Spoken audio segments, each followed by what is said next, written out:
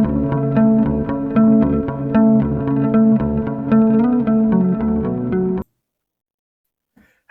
Dear students, welcome to Kataria pharmacy. So students, कैसे हैं आप सब? आई होप सभी ठीक होंगे, सभी हेल्दी होंगे।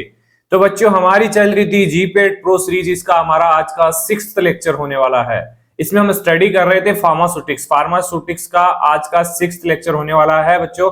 इसके अंदर हम स्टडी करने वाले हैं bio pharmaceutics and pharmacokinetics. Basically ये जो सब्जेक्ट है ये बी फार्मा 6 सेमेस्टर के अंदर आपने देखा होगा, स्टडी किया होगा। तो कहीं ना कहीं आपको कुछ ना कुछ टॉपिक्स तो इसके याद होंगे ही। बाकी आज के इस लेक्चर में कंप्लीट आपको इस सब्जेक्ट का रिवीजन होने वाला है। जो भी टॉपिक इंपॉर्टेंट है हमारे जीपेट के लिए, वो आपको सभी रिमेंबर होने वाले हैं, रिवाइज होने वाले हैं। तो बच्चों, वीडियो को एंड तक जरूर देखना। और अभी तक आपने अपने दोस्तों तक शेयर नहीं किया ना, तो दोस्तों तक शेयर कर दो इस वीडियो को, क्योंकि कुछ ही दिनों में ऑनलाइन क्लास होने वाली है, लाइव क्लास होने वाली। किसकी? एक्सप्लेनेशन जो क्वेश्चंस होते हैं इन टॉपिक्स के, जो एक्सप्लेनेशन क्वेश्चन हैं, एमसीक्यूज हैं, उनका एक्सप्लेनेशन, वो सब कुछ आपको लाइव देखने को मिलेगा। तो ये चीज कुछ ही दिन में अनाउंस हो जाएगी।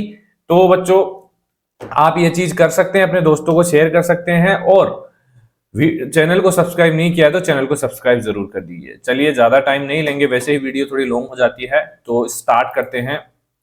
सबसे पहले हम बात करेंगे फार्मास्यूटिक्स की। देखिए, फार्मास्यूटिक्स भी दो टाइप की है, जैसे फार्मास्यूटिक्स एंड फार्माकोकाइनेटिक्स। तो काइनेटिक्स के बारे में हम लास्ट में स्टडी करेंगे। अभी पहले देखते हैं बायोफार्मास्यूटिक्स। तो बायोफार्मास्यूटिक्स की सबसे पहले डेफिनेशन पता होनी चाहिए आपको। डेफिनेशन क्या होती है? तो बायोफार्मास्यूटिक्स के अंदर क्या स्टडी करना होता है बच्चों? फिजिको केमिकल जो प्रॉपर्टीज होती हैं ड्रग की, उनके बारे में बेसिकली स्टडी करना होता है। जैसे डोजेस फॉर्म कौन सी चूज करनी है, कौन से रूट के थ्रू उसको देना है, तो वो किसके अंदर आता है? बायोफार्मास्यूटिक्स के अंदर। और फार्माकोकाइनेटिक्स में क्या आता है कि जो ड्रग एब्जॉर्प्शन है, डिस्ट्रीब्यूशन है, मेटाबॉलिज्म है, एक्सक्रिएशन है, वो सब कुछ फार्माकोकाइनेटिक्स के अंदर हम स्टडी करते हैं। तो इतना बेसिक तो आप सभी बच्चे जानते होंगे, लेकिन फिर भी थोड़ा बहुत बता देते हैं तो हेल्प मिल जाती है आपको रिवीजन में। Biopharmaceutics is the study of how physico-chemical properties of drug,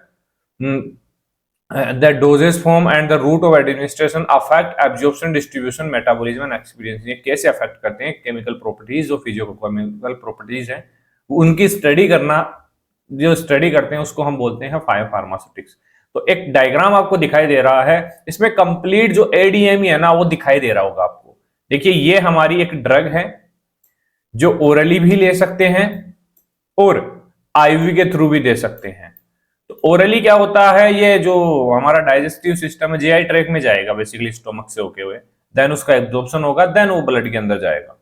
लेकिन अगर आईवी से देंगे तो डायरेक्टली ब्लड स्ट्रीम में जाएगा। मतलब जैसे ओरली आएगा तो इसको आने में काफी टाइम लगेगा ब्लड के अंदर, लेकिन अगर वो डायरेक्ट आईवी से दिए तो अब देखिए इन दोनों में से बायोएबिलिटी किसकी ज्यादा होती है? आगे क्वेश्चंस आएंगे तो बायोएबिलिटी आप सभी बता सकते हैं कि आईवी की ज्यादा होगी, क्योंकि डायरेक्टली ब्लड के अंदर आ गया। ब्लड के अंदर जो लेवल होगा ड्रग का, उसी को तो हम बायोएबिलिटी बोलते हैं। अगर वो 100% कितनी फास्ट आ रहा है तो उसको हम बोलेंगे, और कितने अमाउंट में आ रहा है वो भी मैटर करता है बायोएबिलिटी में। 100% आ रहा है या नहीं आ रहा है तो 100% आईवी के अंदर आएगा, क्योंकि जो भी अमाउंट हम ड्रग का देंगे वो डायरेक्टली ब्लड के अंदर जाएगा। तो 100% बायोएबिलिटी किसकी होगी? आईवी की। ओरल की कम होगी। इसके बाद क्या होता है? ब्लड से ड्रग या तो किडनी में जाती है या फिर लीवर से होके मेटाबॉलिज्म होके अब मेटाबोलाइट में कन्वर्ट होके देन एक्सक्रिएशन उसका होता है। तो ये प्रोसेस है एडीएमई की। एडीएमई की फुल फॉर्म है एब्जॉर्प्शन, डिस्ट्रीब्यूशन, मेटाबॉलिज्म, एक्सक्रिएशन। चलिए आगे चलते हैं। Drug absorption. ड्रग एब्जॉर्प्शन क्या होता है? कौन कौन से ऐसे फैक्टर्स हैं जो ड्रग एब्जॉर्प्शन को अफेक्ट करते हैं? सबसे पहले डेफिनेशन जान लेते हैं बच्चों। Drug absorption is the movement of drug from the site of administration into blood stream. मतलब कि आपने ड्रग ली और वो ब्लड स्ट्रीम के अंदर, जो ब्लड वेसल्स होती हैं उनके अंदर जा रही है, तो इस प्रोसेस को क्या बोलते हैं? एब्जॉर्प्शन, क्योंकि एब्जॉर्ब होके ही जाएगी वो। तो ये बेसिकली एब्जॉर्प्शन किसके अंदर होता है? जो हम ओरली मेडिसिन लेते हैं बेसिकली, क्योंकि जो आईवी मेडिसिन है उसमें तो डायरेक्ट ब्लड स्ट्रीम में जा रही है मेडिसिन, तो उसमें एब्जॉर्प्शन होता ही नहीं, वो उसको बोलते हैं बाईपास। Factor affecting absorption. कौन कौन से ऐसे फैक्टर्स हैं? फर्स्ट है फिजिको-केमिकल फैक्टर्स। फिजिको-केमिकल फैक्टर्स में आता है सोल्यूबिलिटी। मतलब कि जितनी अच्छी सोल्यूबिलिटी होगी ड्रग की, वो उतना ही ज्यादा एब्जॉर्ब होगा। तो जो लाइपोफिलिक ड्रग्स होती है ना, जो लिपिड्स होते हैं, लिपिड जो ड्रग्स होती हैं, वो इजीली बेटर एब्जॉर्प्शन उनका होता है। बाकी जो पीके है, फार्माकोकाइनेटिक एंड आयोनाइजेशन है, अनआयोनाइज जो ड्रग्स होती है ना वो इजीली मेम्ब्रेन को क्रॉस कर जाती है। इसके अलावा जो आयोनाइज होती है वो क्रॉस नहीं कर पाती है। तो एब्जॉर्प्शन किसका ज्यादा होगा? अनआयोनाइज ड्रग का। ये क्वेश्चन बनता है इनके ऊपर, इंपॉर्टेंट टॉपिक्स हैं ये सारे। पार्टिकल साइज भी डिपेंड करता है, कम पार्टिकल साइज होगा बेटर एब्जॉर्प्शन होगा, क्वेश्चन बन सकता है इसके ऊपर। पॉलीमॉर्फिज्म, जैसे एक ही चीज की डिफरेंट डिफरेंट स्ट्रक्चर है तो वो अफेक्ट करेगी डिसोल्यूशन रेट पे, क्योंकि इस जितना कम साइज होगा उतना जो पार्टिकल है वो इजीली एब्जॉर्ब होगा। तो ये होगा पॉलीमॉर्फिज्म। चलिए आगे चलते हैं। फिजियोलॉजिकल फैक्टर्स, फिजियोलॉजिकल फैक्टर्स कौन कौन से हैं? फर्स्ट है गैस्ट्रिक एम्पिटी रेट। देखिए जितना ज्यादा गैस्ट्रिक एम्पिटी रेट बढ़ेगा, मतलब धीरे धीरे जितना जल्दी खाली होगा ना स्टोमक, उतना ही एब्जॉर्प्शन ज्यादा होगा ड्रग का। आपको ड्रग मेडिसिन दी जाती है तो उसके बोलते हैं कि खाना खा के आपको लेनी है, क्योंकि खाने का एब्जॉर्प्शन होगा ना तो उसके साथ साथ ड्रग एब्जॉर्ब हो जाएगी। एम्पिटी स्मोकअप जो स्टोमक होता है उसके अंदर ड्रग का एब्जॉर्प्शन कम हो जाता है, धीरे धीरे एब्जॉर्ब होता है। अब खाली पेट का कैप्सूल क्यों लेते हैं? क्योंकि वो हमें पेट के अंदर ही उसका एक्शन चाहिए, उसका एब्जॉर्प्शन हमें चाहिए नहीं, इसलिए उसको खाली पेट लेते हैं, जिससे जो भी गैस्ट्रिक वगैरह होती है वो स्टोमक से वो निकल जाती है। इसीलिए जो खाली पेट के कैप्सूल है वो खाली पेट लिए जाते हैं।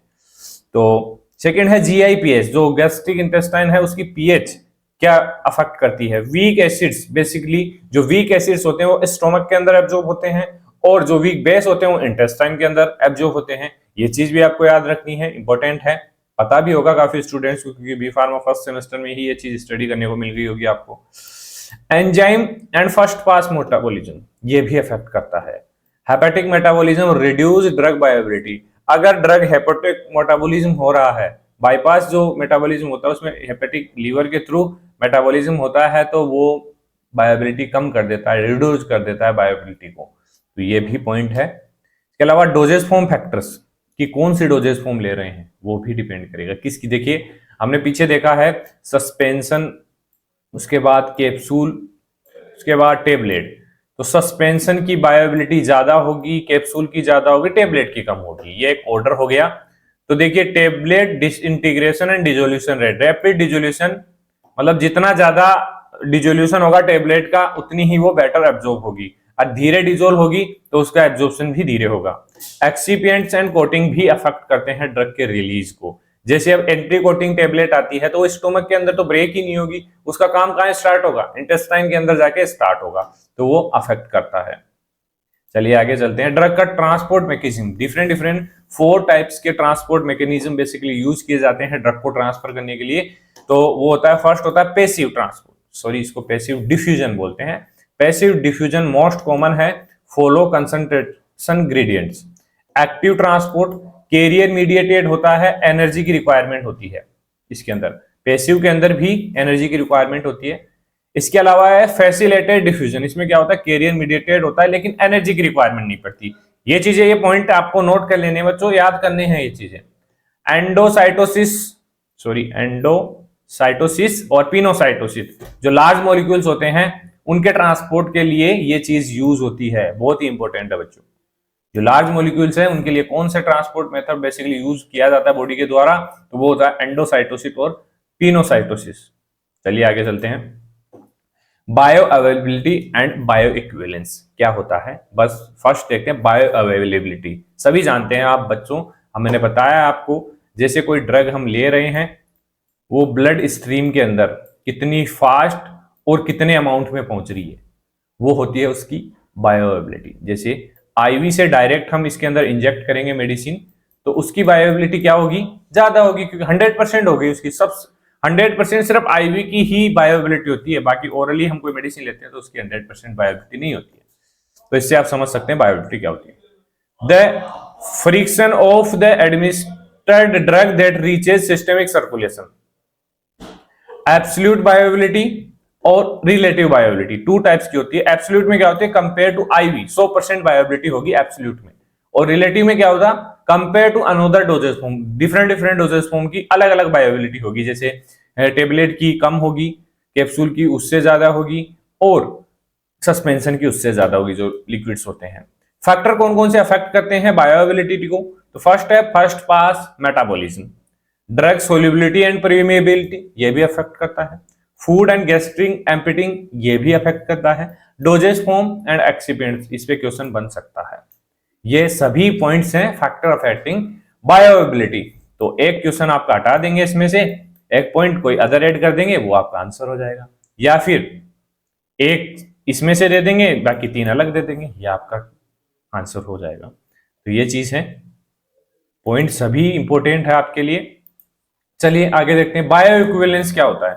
बेसिकली टू ड्रग का जो बायो अवेलेबिलिटी होता है ना, वो सिमिलर होता है, मतलब सिमिलर नहीं होता है, उसको इक्विवेलेंट कैसे हो सकता है, उसको कंपैरिजन करना, कंपैरिजन हम करते हैं तो उसको बोलते हैं बायो इक्विवेलेंस। उसको जब निकालते हैं वैल्यू को, true drug are bioequivalent if they have comparable, अगर उनकी बायोएबिलिटी सिमिलर है, या फिर T maximum, C max and AUC, area under the curve, ये सब कुछ अगर सिमिलर है तो उनकी दोनों की बायोएबिलिटी सेम होगी, उसको बोलेंगे बायो इक्विवेलेंस। लेकिन अगर ये चीज में से एक भी चीज का दिक्कत आई तो वो सेम नहीं होगी।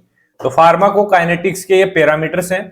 सी मैक्सिमम, इसको बोलते हैं पीक प्लाज्मा कंसंट्रेशन, इसकी फुल फॉर्म आपसे पूछी जा सकती है। T maximum, time to reach C maximum, C maximum तक पहुंचने के लिए कितना टाइम लगा ड्रग को। AUC, area under the curve, measure total drug exposure, ये टोटल ड्रग को मेजर करता है। Bioequivalence studies basically conducted using crossover study design और required 90 to 125% similarity in AUC and C maximum. जैसे इतनी similarity होनी चाहिए, 90 to 125 similarity, तभी ड्रग की मतलब उनको बायो इक्विवेलेंस बोल सकते हैं, दोनों की बायोएबिलिटी सेम बोल सकते हैं, अन्यथा नहीं बोल सकते हैं। चलिए आगे चलते हैं। ड्रग डिस्ट्रीब्यूशन, अब आ गए हैं हम ड्रग के डिस्ट्रीब्यूशन पे, कैसे ड्रग को डिस्ट्रीब्यूट किया जाता है कंप्लीट बॉडी के अंदर। सबसे पहले डेफिनेशन क्या होती है, डिस्ट्रीब्यूशन क्या होता है, reversible transfer of drug between the blood and tissue.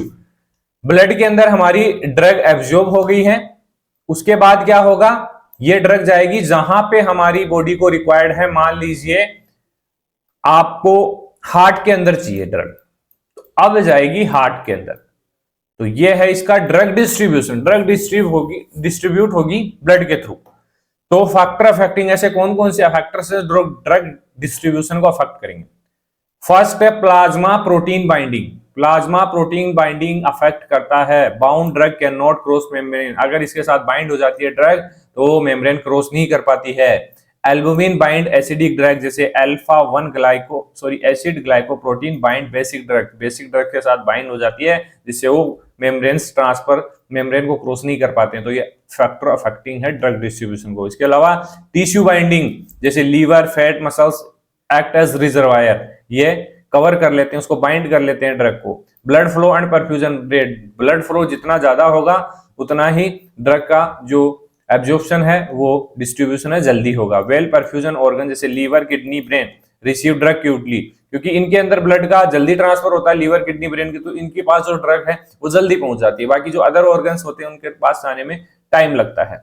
इसके अलावा फिजियोलॉजिकल बैरियर, जैसे ब्लड ब्रेन जो बैरियर होता है ना, वो सिर्फ जो लिपोफिलिक ड्रग्स होती हैं उनको ही एंटर करने देता है, हाइड्रोफिलिक ड्रग की एंट्री नहीं होती है ब्लड ब्रेन बैरियर के, मतलब ब्रेन के अंदर हाइड्रोफिलिक ड्रग नहीं जा सकती है। तो ये एबिलिटी होती है ब्रेन की, इंपॉर्टेंट है, याद कर लेना।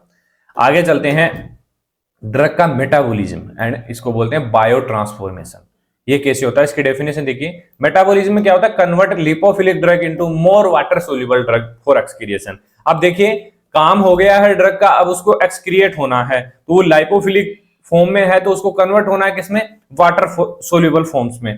तो इसके लिए मेटाबॉलिज्म की रिक्वायरमेंट पड़ती है। तो मेटाबॉलिज्म के 2 फेजेस हैं। फर्स्ट फेज में क्या होता है, फंक्शनलाइजेशन रिएक्शंस होती हैं, जैसे ऑक्सीडेशन है, रिडक्शन है, हाइड्रोलाइसिस है, ये डिपेंड करती है कि किस टाइप की ड्रग है। एंजाइम जैसे रोल प्ले करता है किसके अंदर, मेटाबॉलिज्म में, साइटोक्रोम P440 ये रोल प्ले करता है मेटाबॉलिज्म ऑफ ड्रग में। एग्जांपल देखिए, conversion of product to active drug, ये एक मेटाबॉलिज्म का पार्ट है कि प्रोडक्ट थी वो हमारी एक्टिव ड्रग में कन्वर्ट हो गई है, वो अपना काम शुरू कर देगी। मेटाबॉलिज्म के बाद शुरू होती है, जो भी हमें रिक्वायर इंग्रेडिएंट होता है वो हमें मिल जाता है और देन उसका एक्सक्रिएशन हो जाता है, जो काम की ड्रग नहीं होती। फेज सेकंड क्या है, कंजुगेशन रिएक्शन। कंजुगेशन रिएक्शन में क्या है, ग्लूकोकोऑर्डिनेशन और सल्फाटोन एसिटाइलेशन, मिथाइलेशन, ये रिएक्शंस बेसिकली सेकंड जो फेज होती है मेटाबॉलिज्म की, उसके अंदर देखने को मिलती है, याद कर लेना सभी के नाम। Make drug more hydrophilic for renal excretion, ये भी हाइड्रोफिलिक बनाएगी ड्रग को रीनल एक्सक्रिएशन के लिए। चलिए आगे चलते हैं। Enzyme induction and inhibition. Enzyme induction एक प्रॉब्लम है किसी मेडिसिन के लिए। कुछ मेडिसिन होती हैं जो एंजाइम इंड्यूसर के चक्कर में फंस जाती है। एंजाइम इंड्यूसर क्या होती है? ड्रग को ट्रैप कर लेते हैं, आगे काम नहीं करने देते हैं, उसको बोलते हैं एंजाइम इंड्यूसर। और एंजाइम इनहिबिटर मतलब जो एक्टिव साइट होती है ना एंजाइम की, उसको ब्लॉक कर लेते हैं, जिससे वो एंजाइम काम नहीं कर पाएगा, ड्रग का ट्रांसफर नहीं हो पाता है। काफी कंडीशंस होती हैं, उनमें ये चीज होती है। ये एंजाइम इंड्यूसर कारण हो सकता है स्मोकिंग और अल्कोहल का, इसकी वजह से ये चीज हो सकती है। एंजाइम इंड्यूसर क्या करते हैं? मेटाबॉलिज्म को बढ़ाते हैं, ड्रग के इफेक्ट को कम करते हैं। एग्जांपल देखिए, ड्रग्स रिफार्मसिन, कार्बामेजापिन और phenytoin, these are example of enzyme inducers. Inhibitor, enzyme inhibitor क्या करते हैं? मेटाबॉलिज्म को कम करते हैं और टॉक्सिसिटी रिस्क को बढ़ाते हैं, क्योंकि वो ड्रग काम नहीं करेगी। Cimetidine, ketoconazole, erythromycin, these are example of enzyme inhibitor. चलिए आगे चलिए। ड्रग का एक्सक्रिएशन कैसे होता है? बहुत ही अच्छा टॉपिक है, क्वेश्चन बनते हैं इसके ऊपर, इक्वेशंस इसके अंदर आती हैं। तो basically elimination of drug from body via kidney, liver, lungs and skin. ये चीज याद रखना, कितने टाइप से ड्रग का एक्सक्रिएशन हो सकता है। किडनी, लीवर, लंग्स और स्किन। रूट ऑफ एक्सक्रिएशन, कौन कौन से रूट हो सकते हैं? फर्स्ट होता है रीनल एक्सक्रिएशन, प्राइमरी जो रूट होता है ना ड्रग के एक्सक्रिएशन का, और रीनल। इसके अंदर क्या होता है? फर्स्ट ग्लोमेरुलर फिल्ट्रेशन होता है, अनबाउंड ड्रग आर फिल्टर हो जाती है, जो बाउंड नहीं हो पाती ड्रग वो फिल्टर होगी। ट्यूबुलर सिक्रेशन होगा, इसमें एक्टिव ट्रांसपोर्ट होगा। ट्यूबुलर रीएब्जॉर्प्शन होगा, जिसमें जो भी काम में आने वाले पार्टिकल्स हैं वो एब्जॉर्ब हो जाएंगे, depend on urine pH and drug ionisation. एक फॉर्मूला है वो आपको याद रखना है, क्लियरेंस। क्लियरेंस का फॉर्मूला है rate of elimination upon plasma drug concentration. तो ये फॉर्मूला आपको पूछा जा सकता है एग्जाम के अंदर, क्लियरेंस का, आगे भी आपको काम आ जाएगा। हेपेटिक एक्सक्रिएशन, इसको बाइलरी एक्सक्रिएशन भी बोल सकते हैं। इसमें क्या होता है? Drug enter in bile, then उसके बाद इंटेस्टाइन में जाएगी और उसके बाद फिकस में जाएगी। ये जो फर्स्ट पास या बाईपास जो मेटाबॉलिज्म होता है उसके थ्रू ये होता है बेसिकली। अदर रूट जो होते हैं पल्मोनरी, वोलेटाइल जो ड्रग्स होती हैं जैसे एनेस्थेटिक जो ड्रग्स होती हैं वो पल्मोनरी सिस्टम के थ्रू एक्सक्रिएट होती हैं। और स्लेवरी ग्लैंड हो गई, स्वेट और मिल्क के थ्रू भी ड्रग का एक्सक्रिएशन होता है। चलिए, फार्माकोकाइनेटिक्स क्या होता है? जो एडीएमई होती है ना, study of drug absorption, distribution, metabolism and excretion, उसको बोलते हैं एडीएमई। उसको ये आता है किसके अंदर? फार्माकोकाइनेटिक। तो फार्माकोकाइनेटिक मॉडल्स हैं, फर्स्ट है कंपार्टमेंट मॉडल्स, सेकंड है नॉन कंपार्टमेंट मॉडल्स। तो फर्स्ट इसमें 1 कंपार्टमेंट मॉडल और 2 कंपार्टमेंट मॉडल, 2 टाइप्स के होते हैं। ड्रग डिस्ट्रीब्यूशन यूनिफॉर्मली, फर्स्ट जो 1 कंपार्टमेंट मॉडल है उसके अंदर ड्रग यूनिफॉर्मली डिस्ट्रीब्यूट होती है, लेकिन जो 2 कंपार्टमेंट मॉडल है उसके अंदर drug distribute into central, blood and peripheral tissue, 2 type के टिश्यू में ये ट्रांसफर होती है, सेंट्रल और पेरिफेरल। नॉन कंपार्टमेंटल एनालिसिस में क्या होता है? Uses of area under curve to determine pharmacokinetic parameters. तो ये चीज याद रखनी है आपको। चलिए आगे देखते हैं, जो इंपॉर्टेंट चीज है वो देख लेते हैं। हाफ लाइफ क्या होती है? बेसिकली कोई ड्रग जिसकी कंसेंट्रेशन मतलब 50% तक रिड्यूस होने में, मतलब time required to plasma drug concentration to reduce, मतलब कि कितने टाइम में 50% जो ड्रग की कंसेंट्रेशन वो कम हो जाएगी, उस टाइम को बोलते हैं half life of drug. Formula है इसका, बहुत ही इंपॉर्टेंट है, T half equals to 0.693 into VD और सीएल जो क्लियरेंस है, volume of distribution upon clearance. Drug with short half life required frequent dosing, मतलब जिसकी शॉर्ट हाफ लाइफ होती है उसकी फ्रीक्वेंट डोजिंग हमें दी जानी है, मतलब आईवी का यूज किया जाता है। Drug with long half life, जैसे एग्जांपल है डिजोक्सिन, डिजोक्सिन की हाफ लाइफ बहुत ज्यादा होती है, रिक्वायर्ड लोडिंग डोज। चलिए आगे चलते हैं। कुछ पैरामीटर्स हैं zero order, first order, zero order kinetics के। बेसिकली ये टेबल आपको याद करनी है। रेट ऑफ एलिमिनेशन प्रोपोर्शनल होती है फर्स्ट ऑर्डर के अंदर टू ड्रग कंसेंट्रेशन, लेकिन जीरो ऑर्डर के अंदर ये कांस्टेंट होती है। एग्जांपल है मोस्ट ड्रग होती हैं वो फर्स्ट ऑर्डर काइनेटिक्स को फॉलो करती हैं, और जैसे फेनिटोइन है, अल्कोहल है, एस्प्रिन है, ये जीरो ऑर्डर काइनेटिक्स को फॉलो करती है। Steady state concentration achieve after 4-5 half life. Formula for maintenance dose, maintenance dose के लिए फॉर्मूला है CSS into clearance into I upon F, ये बायोबिलिटी है। लोडिंग डोज, लोडिंग डोज कैसे कैलकुलेट करते हैं, CSS equals to volume of distribution upon F, bioavailability इसको बोलते हैं। तो ये कुछ फॉर्मूलाज हैं, आपको याद करने हैं, एग्जाम में पूछे जा सकते हैं। चलिए समरी ऑफ की फॉर्मूलाज, कुछ की फॉर्मूलाज हैं जो इंपोर्टेंट है वो हमने यहाँ पे लिखे हैं, आपको ये आपको याद करनी है। बायोबिलिटी का फॉर्मूला है, क्लियरेंस का फॉर्मूला है, हाफ लाइफ का फॉर्मूला है, वॉल्यूम ऑफ डिस्ट्रीब्यूशन का फॉर्मूला है, डोज अपॉन प्लाज्मा कंसेंट्रेशन। तो ये इंपॉर्टेंट पॉइंट्स हैं, आपको याद कर लेना बच्चा इसको। तो चलिए ये हमारा bio pharmaceutics and pharmacokinetic subject complete हो चुका है। आप ये चीज मत सोचना बच्चों कि इसमें हमारा काफी सिलेबस छूट गया है, तो उसके लिए हम MCQ आपके लिए लेके आएंगे, उनमें जो भी रह गए हैं टॉपिक्स वो उनके अंदर हम उनके एक्सप्लेनेशन में कवर करवा देंगे। तो चलिए स्टडी कीजिए, अपनी सेल्फ स्टडी पे ज्यादा ध्यान देना आप, क्योंकि ये लेक्चर तो हमारा आधे घंटे का ही ज्यादा से ज्यादा, कुछ दिन में क्वेश्चंस आएंगे, तो उससे पहले आप अब देखिए आप ये टॉपिक स्टडी कर रहे हैं, तो अब जो एक्स्ट्रा टॉपिक्स हैं वो आपको स्टडी करनी है, सेल्फ स्टडी में आपको स्टडी करनी है, क्योंकि मैं जो इंपोर्टेंट्स है वही आपको करवा रहा हूं, ना कि कंप्लीट सिलेबस लेके चल रहे हैं। 3 महीने में 80 डेज में कंप्लीट सिलेबस नहीं हो सकता बच्चा, तो इसके लिए आपको मेहनत करनी पड़ेगी। अगर आप कोशिश करोगे तो हो जाएगा, बिल्कुल हो जाएगा, क्योंकि आपके पास टाइम है। मैं तो आपको आधे घंटे का लेक्चर ले रहा हूँ, आधा घंटा मुझे चाहिए, आधा घंटा अगर हम क्वेश्चंस करवाएंगे तो आधा घंटा उसके लिए चाहिए, ज्यादा से ज्यादा 1 आवर चाहिए। तो जो बाकी टाइम आप दे सकते हैं ना, जितना टाइम दे सकते हैं आप स्टडी करिए, सेल्फ स्टडी करिए, कोई जरूरत नहीं है किसी कोचिंग को ज्वाइन करने की, इजीली हो जाएगा। आप सेल्फ स्टडी करिए, तो उसे टाइम दीजिए एक बार। चलिए मिलते हैं नेक्स्ट वीडियो में, धन्यवाद।